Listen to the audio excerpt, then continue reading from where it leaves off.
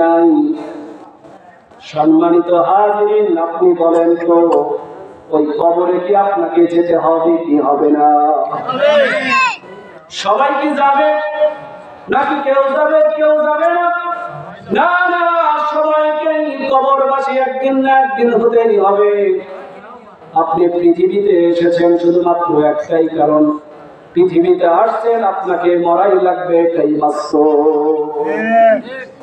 কখন যেন আপনার মসজিদে আপনার নামে এলান হয়ে যায়,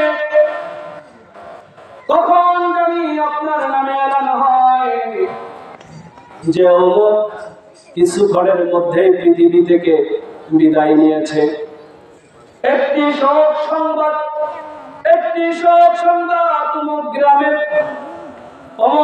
গ্রামের অমুক নিবাসী অমুকের ছেলে কিছুক্ষণ আগে জীবিত ছিল, স্ট্রোক করে বা যাই হোক যে কোনো রোগের বিনিময়ে সে দুনিয়ার জমিন থেকে বিদায় নিয়েছে। আপনার আত্মীয় স্বজন গুলো এত ভালোবাসতো আপনাকে, কেউ একটা সেকেন্ড আপনার লাশকে আর দুনিয়াতে দেখতে চাবে না। সবাই বলতে থাকবে এই যে লাশকে খুব তাড়াতাড়ি দাফনের ব্যবস্থা করো, ঠিক কিনা? খুব তাড়াতাড়ি লাশকে দাফনের ব্যবস্থা করো। আপনার আত্মীয় স্বজন ভাই বিরাদর পাড়া প্রতিবেশী গুলো আপনার লাশ নিয়ে দৌড়াদৌড়ি শুরু করে দেবে। কেউ বা যাবে বাঁশ ঝাড়ে বাঁশ কাটার জন্য, কেউ বা যাবে মসজিদে এলান দেওয়ার জন্য, কেউ বা সাদা কাপড় দেয় আপনার জন্য রিজার্ভ হয়ে আছে, আপনার জন্য বাজেট হয়ে আছে যে সাদা কাপড়, ওই সাদা কাপড়টা রৌমারি বাজার থেকে কিনতে যাবে।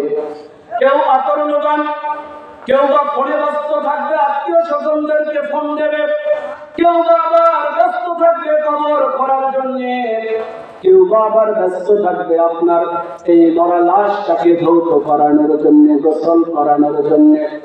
একটু পর আপনি চোখ বন্ধ করে একটু ভাবেন, একটু পরে আপনার ওই মরা লাশটার গোসল কমপ্লিট যখন হয়ে যাবে, গোসল কমপ্লিট হওয়ার সাথে সাথে আপনাকে এরকম সাদা ধবধবে একটি কাপড় দিয়ে চকলেটের মতো আপনাকে এইভাবে কাচাবে, ঠিক কিনা? চকলেটের মতো এইভাবে কাচাবে, এই পাশে কাচাবে আর এই পাশে কাচাবে, এইভাবে সোজা ভাবে আপনাকে শুয়ে রাখবে। আপনি চোখটা বন্ধ করে একবার ভাবেন, এইভাবে শুয়ে থাকবেন আপনি। আপনার হয়তো হাঁটুটা একটু বাঁকা হয়ে থাকবে, আপনার আত্মীয় স্বজনরা বলবে এই পাশে ধর আর এই পাশে ধর, মাঝখানে টান মার, হাঁটু সোজা হয়ে যাবে। আপনি সোজা হতে চাবেন না, আপনাকে জোর করে টেনে ইসরে সোজা করবে, ঠিক কিনা? আপনি সোজা হবেন না, কিন্তু আপনাকে সোজা করানো হবে। সম্মানিত হাজিরিন, তাই আসুন নিঃশ্বাসটা বন্ধ হওয়ার আগে, আজরাইল চোখের সামনে আসার আগে এই কোরআনুল কারীমকে বুঝার দরকার আছে না? না, এই কোরআনকে যদি বুঝতে হয় তাহলে মসজিদ মাদ্রাসায় যাওয়া লাগবে কি লাগবে না? আরো জোরে বলেন, লাগবে।